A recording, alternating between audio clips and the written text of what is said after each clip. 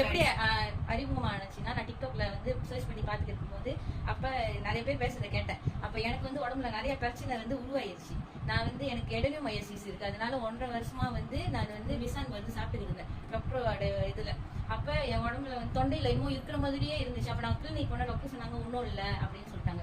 திரும்பி மறுபடியும் கிளினிக் போனப்ப டாக்டர் சொன்னாங்க ஒன்றும் இல்லை. நான் சொன்னேன் எனக்கு என்னமோ இருக்கிற மாதிரி இருக்கு அப்படின்னு. அப்ப எனக்கு வந்து டாக்டர் கொடுத்து நீங்க ஸ்பெஷலிஸ்ட்ல போய் ஸ்கேன் பண்ண சொன்னாங்க. நாங்க போய் ஸ்கேன் பண்ணிட்டு வந்தாங்க. பண்ணோன்னு சொல்லிட்டாங்க தொண்டையில வந்து கட்டி இருக்கு அப்படின்னு.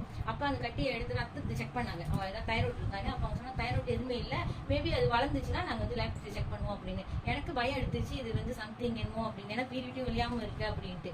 சரி கொஞ்ச நாள் போக 2 பிரஸ் வந்து சரியான வலி ஒரு பக்கம் ஆரம்பிச்சிருச்சு. என்னென்னமோ பண்ணுச்சு. சரின்ட்டு நான் இந்த அக்கா நிர்மலா அக்கா வந்து டிக்டாக்ல பேசுறது நான் கேட்டிருக்கேன். சரியா நம்ம மத்தவங்கள்ட்ட போயிட்டு எடுக்கணும், அவங்க எனக்கு தெரிஞ்சவங்க தானே அப்படின்னு சொல்லி அவங்கள்ட்ட போயிட்டு நான் கால் பண்ணி பேசி அவங்கள்ட்ட தான் இந்த இடம் நான் பென்சில் வாங்கினேன். வாங்கி எத்தனை 3 மாசமா 4 மாசமா யூஸ் பண்ணிக்கிட்டு இருக்கேன்.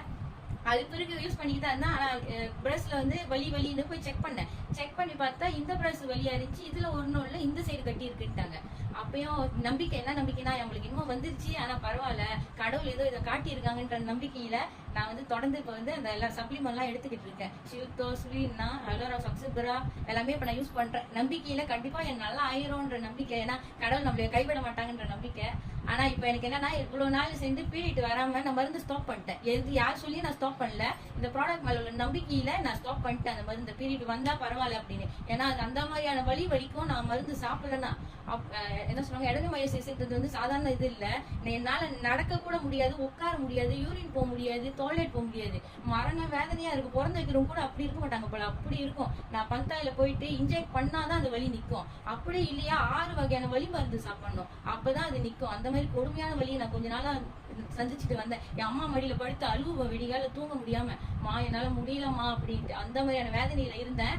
சரி அது மருந்து சாப்பிட்டு இந்த சப்ளிமெண்ட்லாம் சாப்பிட்டு வந்துகிட்டு இருந்தேன். இப்ப எனக்கு வந்து பீரியட் வந்துச்சு.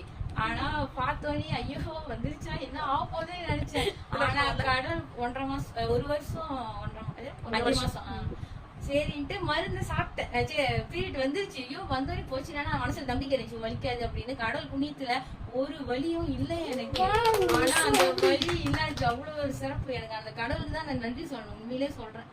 அவ்வளவு ஒரு புனிதமானது அது. அனுபவிச்சேன், எனக்கு தான் தெரியும். நான் இன்ன வரைக்கும் இந்த கட்டிக்கலாம் நம்பிக்கையோட தான் இருக்கேன். காசு இல்லைனாலும் காசை சம்பாதிச்சுக்கலாம், எப்படியாச்சும் நான் நல்லா ஆகணும் அப்படின்றதுக்காக நான் தொடர்ந்து இதை எடுத்து சாப்பிட்டு இருக்கேன். கண்டிப்பா இந்த கட்டியை என்னை விட்டு போயிருன்ற நம்பிக்கை இருக்கு எனக்கு. ரொம்ப நன்றி.